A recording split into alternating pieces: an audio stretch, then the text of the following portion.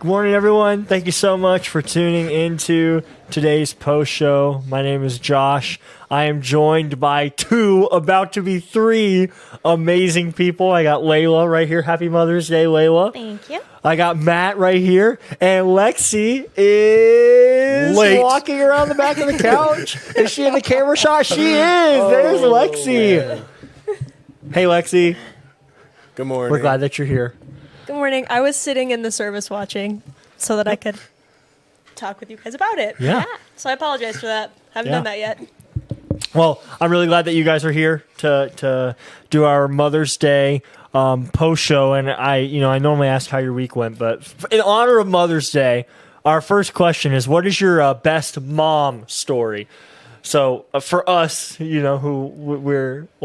can't be mothers, and Lexi, you're not a mother yet. But what is our best mom story? And yours, Layla, can be about your mom or about you being a mom. So like when you say, what is your best mom story? What pops in your mind?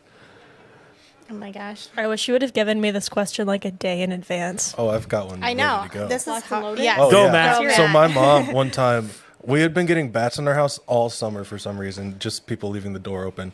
And there was one time I was fed up. How many bats are we talking? Probably 5 over the course of one summer. I was like, I am not getting this one out. I am not doing this one. So my mom, she goes and gets the BB gun from the basement and shoots this bat. She's like sitting on the couch and she shoots this bat with a BB gun and then just tosses it outside. It was so funny. Like she nailed it the first Yeah. shot.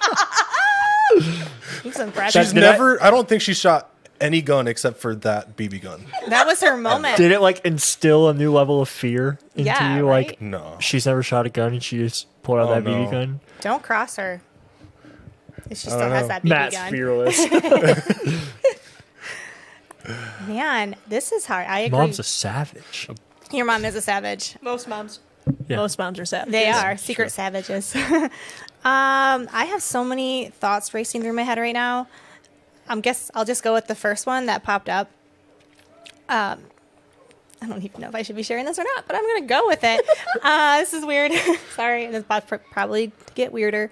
But I remember, my kids are going to hate me. They don't listen to the post show typically, so hopefully they'll never hear this story that I'm about to share. They're listening to today. I know. Hopefully this isn't like playing outside, in the main lobby area. But one time I had Charlie and Zay in the bath together, and Conrad was still a baby, so I was nursing him in the living room, and then they were taking a bath together. And then suddenly I hear Zay singing, "Poop on the face, poop on the face." And I was like, oh, this is catchy tune. And then I'm like, poop on the face. Like, why is poop on the face? So I go like bolting with Conrad in my arms, like to the bathroom. And I have a picture of this because that was my first Ew. instinct. Oh. She's got to have receipts. But basically there was an accident in the bathtub. And Do you know from which one? I don't know. I have my suspicions. I'll keep that to Out myself. please. I'll let people Come guess. on. It was the dog. It was the dog. But Zay made a poop palette on the side of the tub and was painting it on Charlie's face. And you can just see Charlie's and she's got the biggest, like, bluest eyes, and like brown. So they really, brown's a beautiful color to make the eyes pop. This is disgusting. But it's just my like, Why is goodness. this the best memory? For you? this is just what popped up in my head. I I don't mean, know. this is a good mom story. But this is things to prepare you when you have kids, right? Like Poop palette. poop palette. And it was the catchy song. I no longer think I'm called to parenthood. That's Well, the good We're thing, good. Matt, is they're already in the tub. Yeah, So- right. So I mean, But yeah. that is poop contaminated now. That's not. I mean, I cleaned it. It's true. It's poop contaminated. Bleach is a mom's best friend. I love bleach. Yeah. So I mean, they lived. my They're healthy. Almost 13, 10 years old. They survived it. But there she was, and Zay is very artistic. And that was my moment. I'm like, she liked painting. Very much. Very much like painting. But yeah, I have a picture. I'll have to show you guys sometime. I Charlie's think just I'm like, all right. Yeah. I don't know. Pretty. Can you top that one, Lexi? Do you want I- to go or do you want me to go? I don't have anything in particular that's coming to my brain. All right. Well, I'll I give you just, like, I'll give you another minute ruined to it. think. It's not While I going to go. come to me. I have like a bunch of stories that pop in my mind, but I'm gonna go with like a funnier one for when I was older. So my mom was about to get married in January of 2020, so right before COVID, and she told me I needed to go get my hair cut. I'm like, fine, I'll go get my hair cut. So I go to Sports Clips. That's where me and my brother both went. When we get there, we put my mom's phone number, and we would just be like, hey, I want my usual haircut. They'd give us our usual haircut. No big deal. Been going for years. Like I am at this point, I'm a freshman in college. I've been going since I was in like third grade. Been going for that long. And I get there, punch in a number. It's maybe 3 days for the wedding. Hey, I want my usual haircut. Awesome. Sweet. They pull up your usual haircut. They give me my brother's haircut. This wouldn't be that big of a deal if my brother, who's adopted, absolutely love him, he has very curly hair, and his hair grows afro-y. So they buzz his head. So 3 days before my mom's wedding, I'm sitting there, and they're cutting my hair like normal, and then she goes, bzzz, and I'm sitting in the seat, and I'm like, no. How old were you? I was a freshman in college. Oh, shoot. Okay.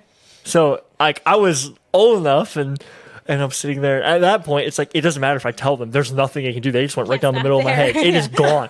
So fully buzzes me, and I walk out, and I'm like, oh my gosh, oh my gosh, I'm gonna die. I'm gonna get killed. My mom's gonna kill me. So I FaceTime my mom, and it's like I have a hat on, and I'm like, hey, so something happened at the barbershop, and she's like, what happened? Like serious to me. What happened? Yeah. Take your hat off. I take my hat off and it's buzzed. She hangs up the phone. She just hung up the phone. And she calls me back a few minutes later. What happened? And I told her, I was like, well, they were cutting my hair and it was like normal. And then they, zzz. And she was like, well, did you tell them to stop? I was like, no, Mom. I didn't realize what was happening. Did you until it tell was them, gone. like, this is not my normal haircut? Once they took it off, I was so shocked. Yeah. And I'm one of those people, especially then, that I really struggled with telling if I got bad service. I was one of those people that were like, oh, I didn't want this on my hamburger. Whatever, I'll eat it anyways. I used to very much be that way, and I was at that point. I'm like, oh, well, my hair's all messed up. You can't fix it now. I'm just going to sit here and let you buzz the rest of it off. And then when I got up, I saw that like the ticket they printed out had my brother's name and had his haircut. Oh. And my mom was so mad. And now, right when you walk into their house, there's a big picture from her wedding, and I got my buzzed head, and she laughs at it every time now because it's a funny story. But I thought my mom was going to kill me that day. Well, it wasn't your fault, So, though. it wasn't my fault. But I love her But she didn't reaction. believe me at first. She thought I did it on purpose because I had been talking about, oh, maybe I'll get a buzz in the summer, and just I did was it going to early. say, had you ever buzzed your head Yeah, prior I'm to actually this? thinking about buzzing my hair in a few weeks, anyways. Before my wife has our baby, I'm thinking about buzzing my hair, so I don't have to worry about it. But that's a conversation for another time. Anyways, do you have a story that you thought of by any chance? No. No. My brain is not thinking of that. Okay, well, we're gonna go ahead and move on. My iPad is not working, so boy, of course. can you click the next slide for me, Anthony? Thank you. What stood out to you in today's message that was delivered by the amazing Jenna Hosteller? Oh, I love today's message. So many good things. Looking at my notes, I think one of my favorite moments or things that Jenna shared was more towards the end, where she noted that God's best isn't always what we feel is best in the moment. I was like, true that, sister. That's me all the time. All the time. I think Jen and I are really similar in, like, I'm assuming just based on some of the things that she shared, where you have tendencies to want to control certain things or control what outcomes will come about. And I could resonate with her a lot and do with the various things that she was sharing with the kids, and being needing to yield them to God. And I'm starting to get some of those moments.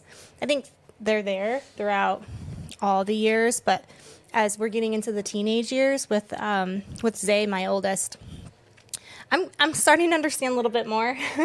It's hard, and it's hard watching them go through certain things and not wanting to guide them every step of the way. I think there's a balance there, and having to allow our kids and ourselves room to fail, and being supportive in that nature. But yeah, there's so much. I really love today's message, but that in particular, when she made note of one of those topic points about, God's best isn't always what we feel is best, that I felt that resonated with me a lot. My highlight bounces off of yours when she talked about, like, would you sacrifice your kids That's if deep. God asked you to? I took that because I'm clearly not a mother. I took that as if God asked me to sacrifice anything that is near and dear to my heart, that I love, any of my family members, any of my friends, would I do that? And when Jenna gave her answer, her initial answer was no, she wouldn't. Yeah. It was very convicting to me, because in that moment, God was like, maybe not in that same circumstance, but in a lot of ways, we don't trust God. Like he asks us to do things and we're like, no, because we think that our best is better than God's best. And by doing what we want, we're not putting our full trust in God and not letting him work the way that he wants to work in our lives. Yep.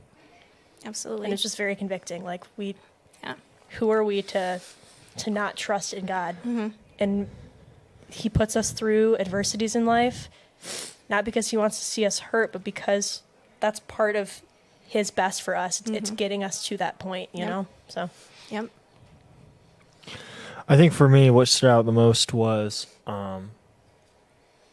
I realized, and there's been many things that since I've been older that have helped me realize this, but how like truly blessed I was. Like my mom was a single mom for a very long time, but how blessed I was to have such an amazing mom who tried her hardest to always make sure that she was dedicating us to God and raising us up the best that she possibly could while working a job that had crazy hours so that she could afford everything that we needed and more. And how she would always celebrate things, but how even when I got older and I was very much focused on sports and was kind of putting a relationship with Jesus on the back burner, even though I was heavily involved in church, like how she just continued to like yield us to God, all three of us kids. And she really tried to relinquish control. And at that time, I didn't really like see it. But now looking back at it, I'm like, man, my mom, like, she did everything that she could. And she really, from my perspective, was very much like, nope, I got to trust God with them. I got to trust God with them because I can't control this. I can't change this. And I am absolutely blessed to have the mom that I did. So that when I was listening to Jenna talk, I was just like, man, my mom was a superhero, literally a superhero. So that's what stood out to me in today's message. So that's awesome. Yeah. love you, Mom. I don't know if you're listening, but I love you very much. Yeah, mine is also just giving up things to God. That's what I took from it. Because, there's I try not to show it, and I try not to be it, but I am very controlling, and I want, or at least I want to be. So, obviously, that makes that very difficult. There was a big realization last night of things that I need to give up still, that I still want, but I need to give them up because, like, it was it was God showing me that He gave me other things for now. Yeah. So it was nice, but it was also kind of nice to hear that as this morning as well. Yeah. Like his way of Yeah, reminding you. yeah. Yeah. Yeah. That's awesome. One of the points that Jenna gave us today was to celebrate our kids before the Lord. So to kind of reword that a little bit to make it applicable for all of us to be able to answer is, how can we live in a state of celebration for things that are happening in our lives, things that are happening within our kids' lives? How can we make sure that we are living in a state of celebration, or another word, a state of gratitude for the things that are happening?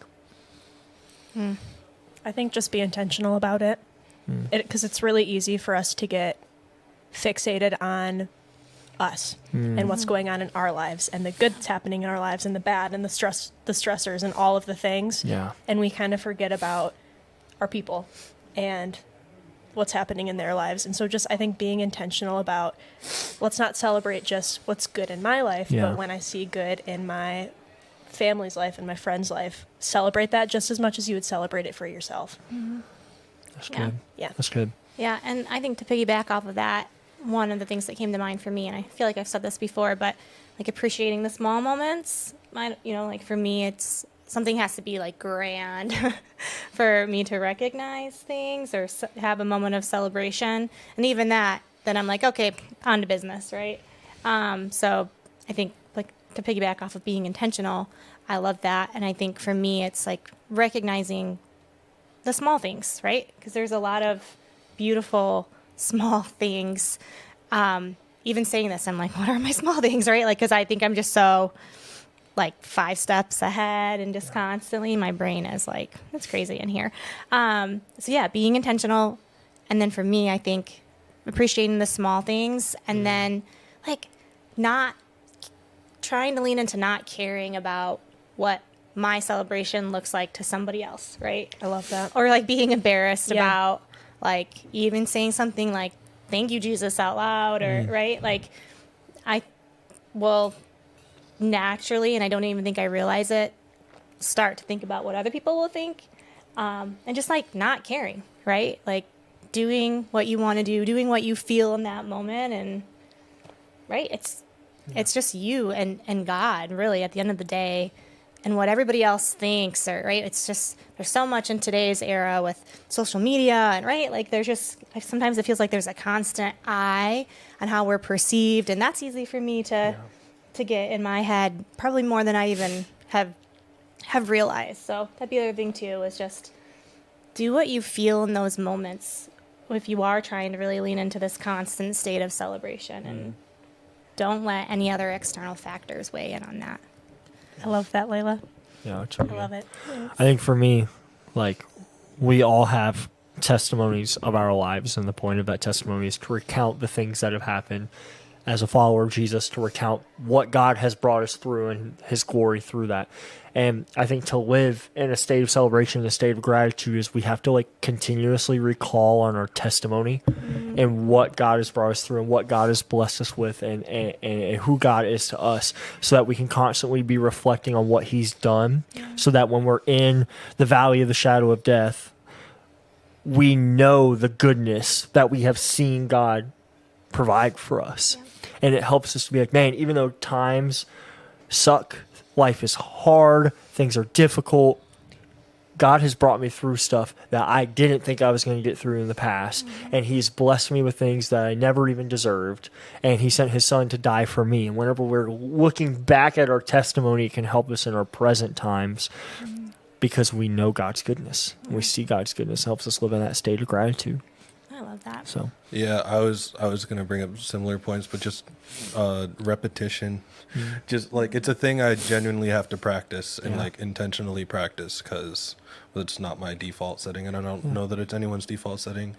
And then celebrating any way I can is big, because one of the main things I want to control is how I'm perceived by everyone, which I have no control over anyways. So. Yep.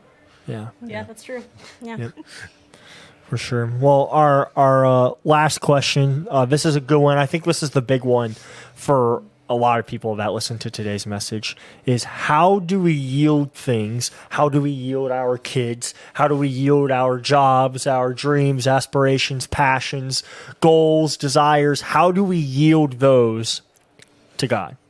What are some steps that we can take? What are steps that you have taken in your life to relinquish that control? This is something I feel like, again, we've talked about a little bit in prior post shows. And one of the things, it was an example that you had shared before, but I just heard from our favorite author, Craig Rochelle. Love Craig Rochelle. I'm reading one of his books right Me now. too. It's so good. I have like a lineup in my audiobooks library. But I'm listening to Soul Detox right now. That's a good one. And he talks about this and the analogy of writing it down and like putting it in a box. And then that, if you start to think of something that you just yielded to God, then you have to go back and take it out of the box, which is God just box. a very, the God box. The God box. I've done things like this before, but I haven't taken anything out of the box, because then that would be like my moment of like, and that's just the exercise of taking it out. That's very convicting and powerful, and like feeling really shameful and guilty, right? Like, you know, so I think that is a great exercise for me personally, and it's something I want to lean into more, but I'm in full transparency. I'm hesitant because I think there's so many, like it would last a minute tops in the box. Because in my mind, I'm just a naturally high anxious person, and I'm just constantly peeling thoughts like back over and over, which is not truly yielding something to God. So this is a hard one for me. My heart is pure, and I want to give things to God. I really do, and I find a lot of peace, and I feel His presence, and He's nurturing me, and He's working on me, and He's working on my heart. But I have not mastered this at all. I don't think there's ever a point that we master this. Yeah. By any means. There's so many things I try to give, and then again, that we talked about earlier, like control, and it's hard. Absolutely. So I think just keep trying, I guess, is something, That's what I'm doing, because like for me, putting things in a box is too cold turkey. It just Yeah. doesn't ever end well. So it's slowly and over time, just like as much as I can at a specific time, and then more at a different time, and more at a different time, and just like continuing the progress. But for me, it has to be slow and small, because that's the most effective way for me. Yeah. Yeah, for sure. I lost my train of thought. It's gonna come to me. Did you have something, Lexi? Just trusting God, Yeah. Yeah, absolutely. plain and simple. Yep. Easier said than done, too. Yep. I have totally lost my train of thought. This has not happened on this post show before. I hate when that happens. I know. It's the worst. I had a great point lined up too. At least I thought it was a great point. After later on today, you're going to be like, Well, No, I'm gonna make this I hope you quick. find it. I gotta Yeah, I go hope worship. I find it too. Matt, go have fun playing the guitar. Happy worshiping, Matt. Thank you for all you do. yeah. This isn't what it was, but whenever I think of yielding things to God, going back to my mom, I try to go back to this place where I watched her. I remember. It clicked. I remember. There it is. There it is. The thought's back. There it is. I feel that I have been blessed with leadership gifts and qualities throughout my life. So I am one of those people. I have slowly gotten better. I used to really struggle when I would see situations that maybe I was volunteering in or something like that. And I'm like, oh, there's a kind of like a lack of leadership here. I know I can fix that. So my natural instinct is to grab on and to fix and to take control. So I can do that with a lot of areas in my life where if something's not moving as fast as I would like it to move, or if God is doing something and the way that He's doing it isn't exactly how I would do it, I can easily take control. Yeah. So one of the biggest things that I have done in my life to try to help me yield stuff to God is that whenever I'm in those situations, for example, yesterday going to help cut up trees and stuff like that, I was seeing there's like, oh man, there's not really anybody calling any shots right now.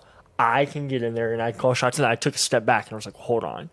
There are a couple of people that are leading each part of this house that we're cleaning up. I'm going to let them do that because they have more experience. They have more knowledge. They can do this. I'm taking a step back. I'm yielding the situation to God. And once I've started doing that in my personal life of, you know what, I'm not going to jump in and take control. It makes it easier for me in those times where, you know what, God, you're not doing it exactly how I would do it, but you have more experience. You have more wisdom, obviously. Your ways are higher than my ways. Your thoughts are greater than my thoughts. I'm going to let you do this. I'm not successful at it every single time. But I feel once I've started acting it out in worldly situations that it makes it easier Yeah. to act it out with God. I'm very glad that thought came back. You startled me when it came back. I was like, your excitement Sorry. made me jump. I got excited. Not with God, but when it comes to other people, I honestly think it shows like a maturity in a leader when you have the ability to not just take control of everything and let other people take the reins even when you're like, I don't like this or that, or Absolutely. My mentor tells me all the time, a great leader is also a great follower. And I'm like, Yeah, love that. I got to get better at following so that I will grow as a leader whenever I become better at following and accepting what my role is. As Bill Belichick says, do your job. So that's what I got to do. I got to do my job in whatever situation that I'm in. So Love yeah, that. that is how it has helped me. Does anybody have anything else that you want to add about today's thing? Layla, any motherly advice you want to drop for whatever it might be? I know we're ending a little bit early. I think again, kind of touched on it earlier. I just with today's era and social media, it's just really easy to get caught up in the comparison. It's really easy, I think, for anybody, like I said, to compare and then to start to question your value or how you do things or who, just you, right? And I think it's important, especially for our moms today on Mother's Day, to know that you're appreciated. Yes. You are doing a great job. Yes. It's okay to make mistakes. Like, there's, every day should be Mother's Day and Father's Day, Yep. right? Like, this level of appreciation is there all the time. And I just don't think we, from a society, embrace this, like, oh, we're grateful for the people who raise us, and whether it's your real parents, adopted parents, right? But it's just so easy to feel like a failure when you're raising human beings, and you're not a failure. You are. It's pretty remarkable to know that we're shaping kids that are going to then be shaping their kids, and then so on, right? Like, they're going to Generations.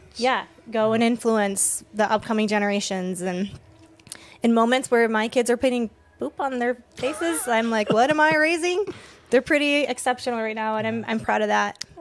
So Yeah. that's To all all I the got. moms out there, to all the single moms, adoptive moms, Yep. to dads who are also having to play mom in some situations. Yep. We're just so thankful We are. for you guys and for what you're doing in this world. If you guys have any questions at all, on our website, my3c.org, we have a submit a question tab. This past Wednesday, we did not film a Q&A. You may not know, depending on where you are watching this from, but our local area, Portage, Michigan, just a few minutes north of where we are, got hit by a couple of tornadoes this past Tuesday night. A tornado went right by my house, so I wasn't able to get out on Wednesday morning to get here. Pastor Steve, he didn't have power, and they had a whole bunch of stuff that are going on. And we've had a bunch of people within our church that have been affected. I want to give a huge shout out to everybody that has helped bring donations this morning for Pavilion Estates. That is such a blessing. We are taking those donations tomorrow, so Monday. If you have anything you want to bring, you can still bring it and just drop it off by the front door, and we'll make sure that gets brought over there. If you have any needs at all, if you need some people to come and help clean up trees in your yard or whatever it might be, please, please, please reach out to us. When you go to our website, there's a Connect card. You can fill that out. Pastor Perry on staff, he is making sure he's watching those. And if you have any needs at all from this recent tornado within this area, please let us know so that we can help you. We have people that are ready to volunteer, people that are ready to come clean up. We have supplies that we can bring to you. We want to make sure that we are here for you throughout this process. So if you need anything at all, reach out to us on my3c.org at our Connect card. If you have any questions about today's message or anything you come across reading the Bible, you can go submit those on my3c.org, submit a question tab. We are going to be resuming our Q&A this week. So if you have any questions at all, go ahead and submit those. We're going to try our absolute hardest over the course of the next year and years to follow to answer those questions the best that we possibly can. So if you have any questions at all, go ahead and do that. We hope you have a great rest of your day. Again, to all the mothers out there, happy Mother's Day. You guys are absolutely amazing. If you're in Michigan, I hope you enjoy the sunshine. Have a great week. We can't wait to see you next week. We love you. Most importantly, Jesus loves you. Bye, guys.